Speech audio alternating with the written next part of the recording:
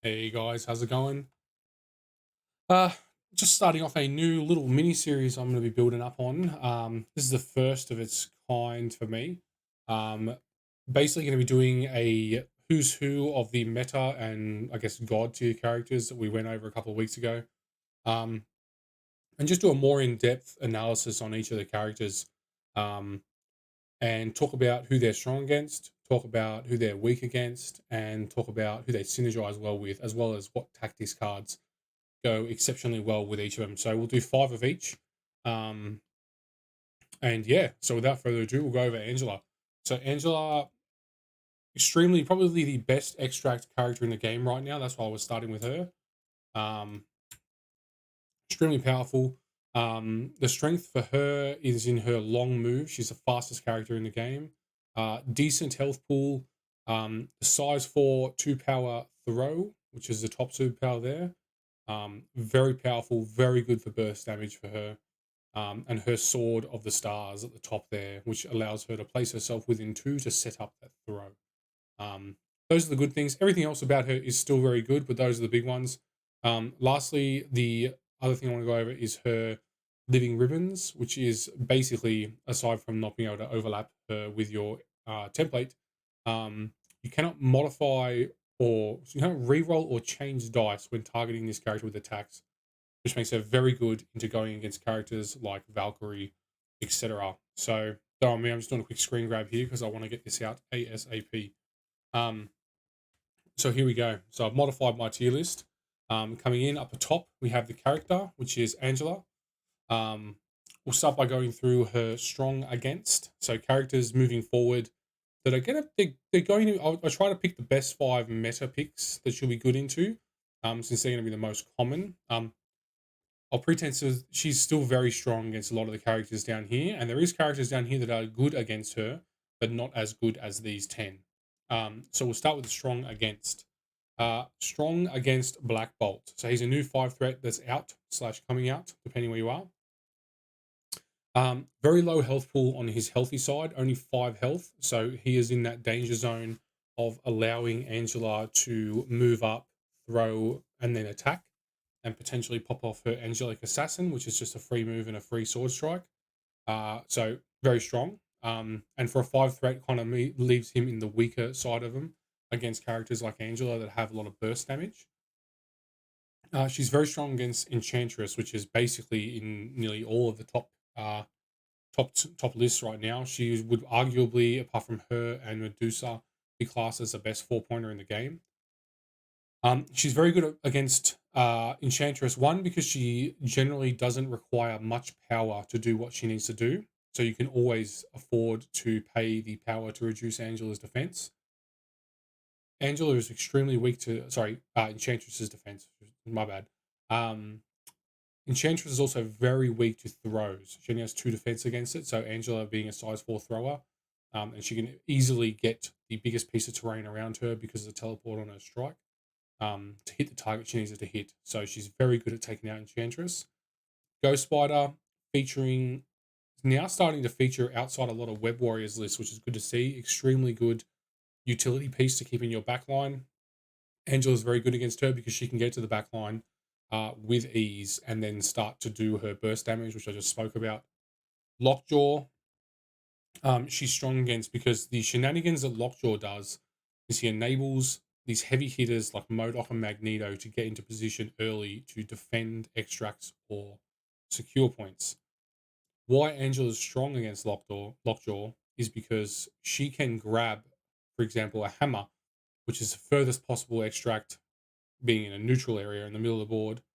um, she can grab it and return to her safety in 2 moves. Instead of being stuck in the middle like every other character, she can grab it and get out.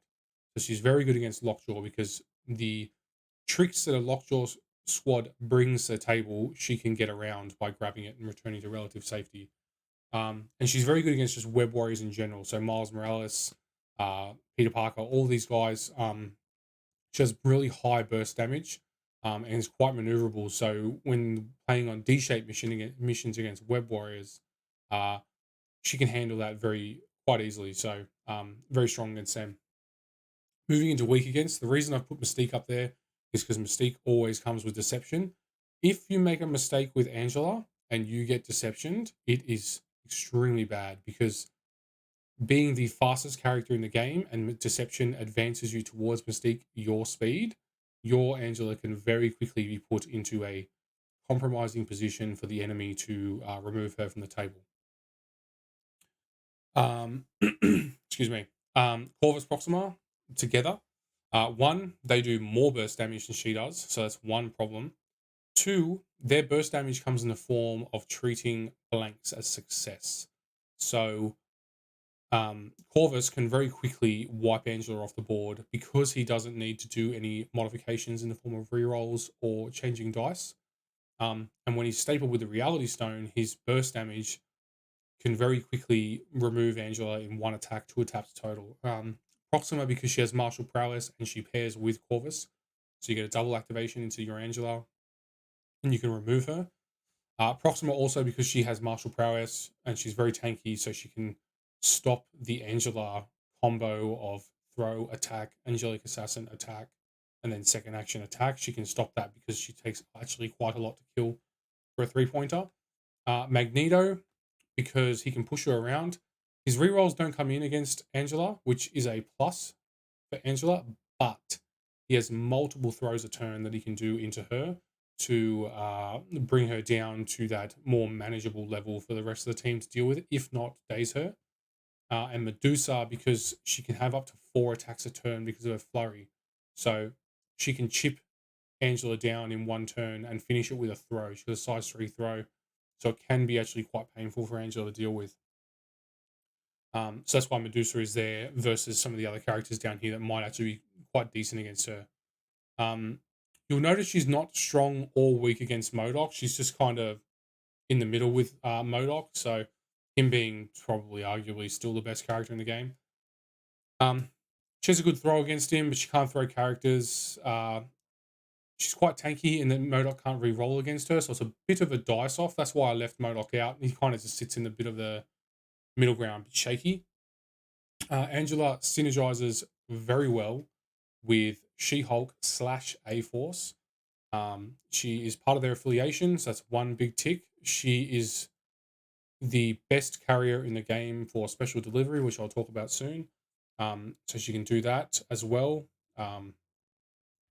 And she's a good candidate to just give a little bit of power from the A-Force leadership. So give her just a little bit of power to help her get things moving, and she can be quite good. Black Panther, she synergizes very well with. Another long mover. 2 fastest characters in the game. Well, Black Panther's as fast as the other long movers is short base, but still quite good. But Wakanda in general for Angela is very good. Getting rerolls in your defense, attack, and dodge makes her a lot more consistent in the combos you're looking to do. It also makes her a lot tankier, which is good when she's your primary extract carrier. So if there's a single extract or there's 3 extracts, which means the odd one's going to hopefully go to Angela, she can be very difficult to deal with, which we saw today in Pat and Morgan's game in Wakanda. So very strong there. And lastly, Thor / Asgard, probably arguably her best synergy. It enables some big hide muscle plays. You combo that with some of the Asgard tactics cards, which I'll talk about in a moment. Really powerful.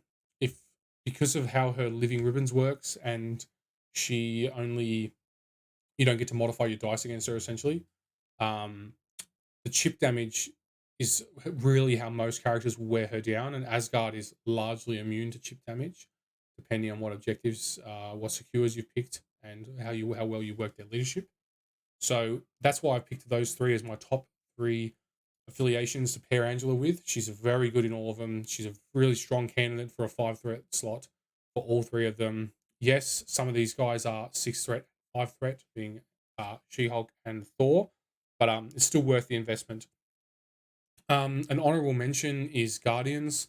She does work quite well with Lovable Misfits, a bit more RNG, but it does work well. So she does bring the Guardians affiliation up, but just doesn't bring them up as much as these 3 do. So switching back into TTS here. So moving forward, I'll do some editing and get everything going and just have it up on the screen and bring it all in at the same time. It'll look great. But moving forward, tactics cards she pairs very well with. We have Rainbow Bridge. So because she doesn't use her power like other 5 threats do, she only really needs to use 4 of it a turn, if that. Um, she's a great candidate for this Rainbow Bridge. She's also very good at scooping, or what did Pat say, hoovering up objectives. So just putting more and more extracts onto her. And then you can use something like Rainbow Bridge after she takes that chip damage to reposition her back to relative safety. Odin's Blessing, pretty much a no-brainer. She's an Asgardian, so she is an excellent candidate for, on her flip side, for being an absolute pest to remove because of Odin's Blessing. Lovable Misfits for our Guardians fans. She's very good with this. You can sometimes get 5 attacks, 3, 1, 2, 3, get 4 attacks in a turn if you have a good roll on Lovable Misfits. She's also very good at getting into the enemy lines. So if you do happen to roll a stun, you can the skull. Sorry, you can AOE stun most of a team, which can be very irritating for them to deal with. And then just remove it with your action moving forward if you have to. A-Force special delivery. So basically, it's just drop off, which is a banned card. So it's interesting this one's still here. It's only for She-Hulk, but then when you have Angela drop off She-Hulk, She-Hulk essentially makes it more than halfway across the map, which is kind of dangerous, being that She-Hulk is a Hulk, 20 health, huge attacks, bit of a monster. And you're delivering a bodyguard with Angela in that as well. And then Star Wars Determination. During the power phase, any number of allied A-Force characters may spend 1 power. She has that in spades. Characters that spend power to play this card cannot be pushed or thrown by enemy effects.